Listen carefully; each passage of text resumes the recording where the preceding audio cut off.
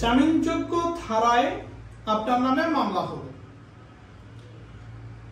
আপনার বিরুদ্ধে যে আইনকে উল্লেখ করে মামলা করা হয়েছে, যে ধারাকে উল্লেখ করে মামলা করা হয়েছে, সেই ধারায় মামলা হলে আপনি জামিন পাবেন, কারণ সেটা হচ্ছে বেইলেবল সেকশন বা জামিনযোগ্য ধারা।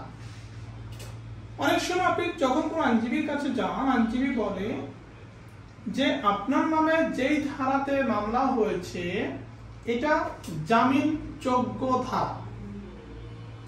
জামিনযোগ্য ধারা দ্বারা বোঝায় যে আপনি কোর্টের সামনে দাঁড়াবেন, কোর্টকে বলবেন, স্যার আমার আসামি যে আইনের যে ধারায় অপরাধ করেছে এটা জামিনযোগ্য ধারা, আপনাকে জামিন দিতে হবে।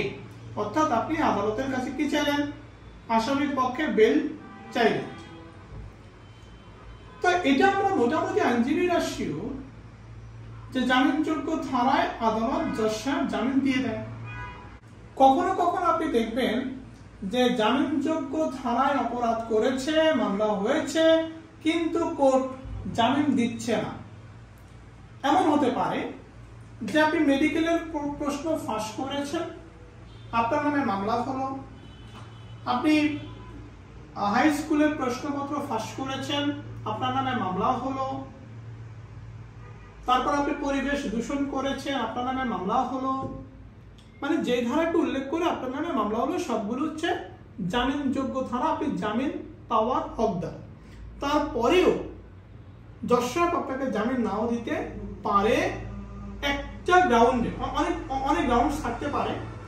একটা হচ্ছে তার বিবেচনামূলক ক্ষমতা, আরেকটা হচ্ছে যেখানে পাবলিক ইন্টারেস্ট জড়িত, যেখানে পাবলিক বিভিন্নভাবে ক্ষতিগ্রস্ত হয়।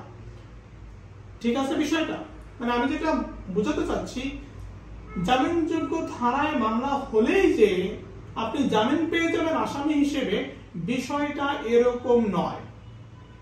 ভালো থাকুন। আমি ছিলাম advocate Mithun Saha, Bangladesh supreme court. আমার সাথে আছে আমার কাছের ছোট বোন পিয়ারি আছে।